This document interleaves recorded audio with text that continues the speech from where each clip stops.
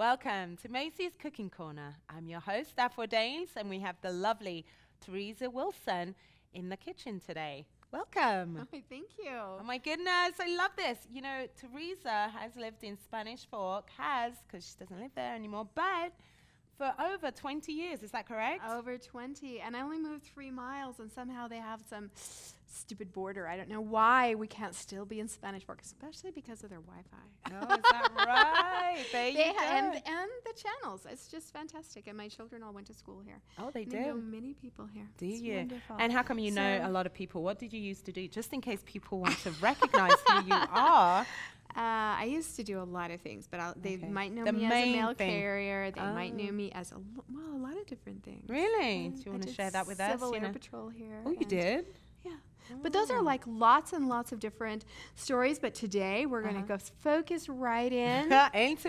Look at this delicious thing. In Peru. We're going to go ahead and go for a little journey here. Oh, yeah. I can't wait because it smells Utah great. Utah and Peru Yes. have an agreement. And we have a trade agreement with them. And we are doing, next to Mexican restaurants, there's more Peruvian restaurants than any other in the state. No way. I know. In Utah? Yeah. You never thought about that, huh? Certainly didn't know. Peruvian. Really? So we're going to talk a little bit about if you walk into a Peruvian restaurant, what would you find there? Right. So we're going to try something a little bit different that probably most of you haven't had, and that is papas. Papas means potato. Now you have to be very careful because papa it actually means father. And so when the Pope came, some people went and they looked it up and they're like, oh yeah, look, it's the Pope. And they wrote, welcome potato. Oh. So you have to be very careful. These are not papa. These are papas a la huacaína. And huacaína is the sauce that's on here. Wow. And there's a cute little story about how that was created. There was a woman who would stand just outside of the train on the road between Lima and Huacayo. I say it wrong. Huacayo. And the guys would get off of the train and they go, where is that woman with her basket full of boiled potatoes and her creamy ají? And she's like, what? You guys and all your industry, and you can't even make this? And so she would tease them and they would buy everything she had. Because, like you say, sexy women sell. Oh, I love this lady. Very nice. So to start, we are going to start. Because this is so much fun to make if you make everything yourself. Wow. From scratch. From scratch. So one of the things one of the first things that it calls for is a queso fresco. Oh. And when we think queso fresco, we think about going to the Spanish store, Absolutely. El Rancho, and buying a fresh cheese. Well, why not just make it? It's really easy. Gonna show hand me? That. So what's the first thing that there. we're going to need? What? The half gallon of milk. The milk? Okay. Yeah, and we're gonna turn on the stove here, maybe. Do I know how to turn on the stove? You do. You just. What are you going? You push it in, and then it. See. Oh. We have. Which one do we have on? Oh, we have that one on. You don't want that one on, do you? No, I kind of want that one on. Which one? That one? Okay. See, we're doing our first 101 on turning on the stove. I should have found out how the stove works. Okay, let me see. Maybe we won't do that one. Is that right? I can smell gas. Okay, yes, we are being gassed out. Let's go this one. There you go.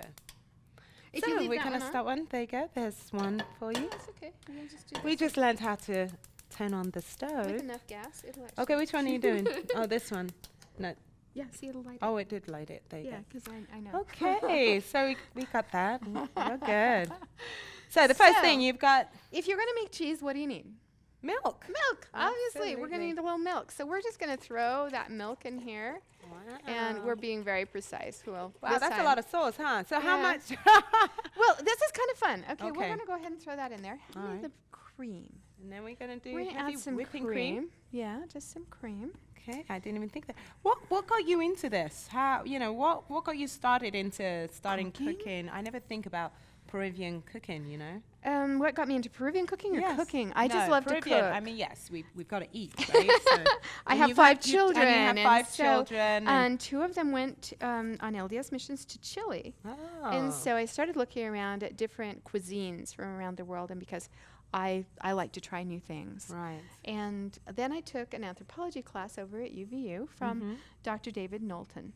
And he teaches distance ed. I think it's here in Spanish Fork that the kids can take a distance ed class, the Anthropology 1010. Okay. So right now I'm taking Anthropology of Foods class. And I've had a chance to work with him on a blog called Cusco Eats. And so we're just having this discussion back and forth with food. How does this work? So one of the fun things this summer, when I is one of the Peruvians, Gaston Acurio, he's a very famous chef, has come out with his new cookbook. And this is actually one of the recipes from this book. And this has so many fun things. Just celebrating the food of Peru, because Peru gives us so many wonderful things we don't even think about. Right. Hand me that. This?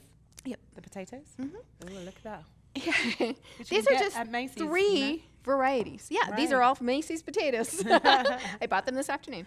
These are just 3 varieties, but there are over 3,000 varieties. Right. Oh, 3,000 varieties of of potatoes. potatoes. No way. Can you believe Are it? you sure? Yeah, 3,000 around the world, 3,000. though? Okay, now I'm going to say that, and then I'm going to have to stop and 3,000? tell you a joke here. Okay. So there's this blogger that I read sometimes, and she was writing about how you always need to buy a first-class ticket because they keep the oxygen in the front of the plane.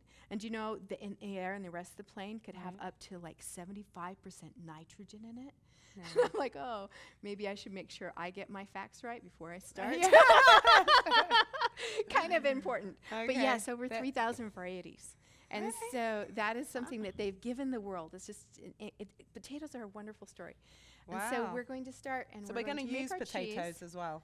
We're going to use our potatoes, and I've pre-boiled mine, so we're not going to worry about boiling potatoes. Okay. But we are going to talk fantastic. about making the queso fresco. And then the other thing, if you hand me that bowl with those in it, we're going to talk Lovely about the eggs. And these are fun now. You'd call these organic, would you? Yeah. Well, I probably would, since they're all from my chickens. Right. And I have some chickens still that are Americanas, which are I a descendant of the Araucana, Araucana. which I love those chickens. Yeah. kind of is interesting the way that it got to South America. They're a South American chicken. And The Araucanas are? the Araucanas I are. didn't know that, actually. And so they figured they came through Polynesia, and they ended up on the Easter Islands. But there was a retrovirus, and the retrovirus affected the egg color. And so the Araucanas will lay blue eggs, green eggs, and pink eggs. And they're called Easter eggers in some of the permutations that are in there. And they're called Americanas when they breed them now. Wow. So I'm just excited to play with all my your eggs. chickens are Araucanas? Not anymore. That's a pink one, actually. That one's much more pink than these brown. You can see the But difference. all of these come from? No, this one was one that the boys downstairs brought and took one of my good eggs and brought me that one. You're so lucky. So we right? have a little bit of everything, just to kind of That's get an idea of what the colors are. Absolutely. Some of them. And then we're going to talk about how to boil eggs so that you can do boiled just eggs that one are more? easy. Oh, could Women? you? Yes. Wait, before you do that.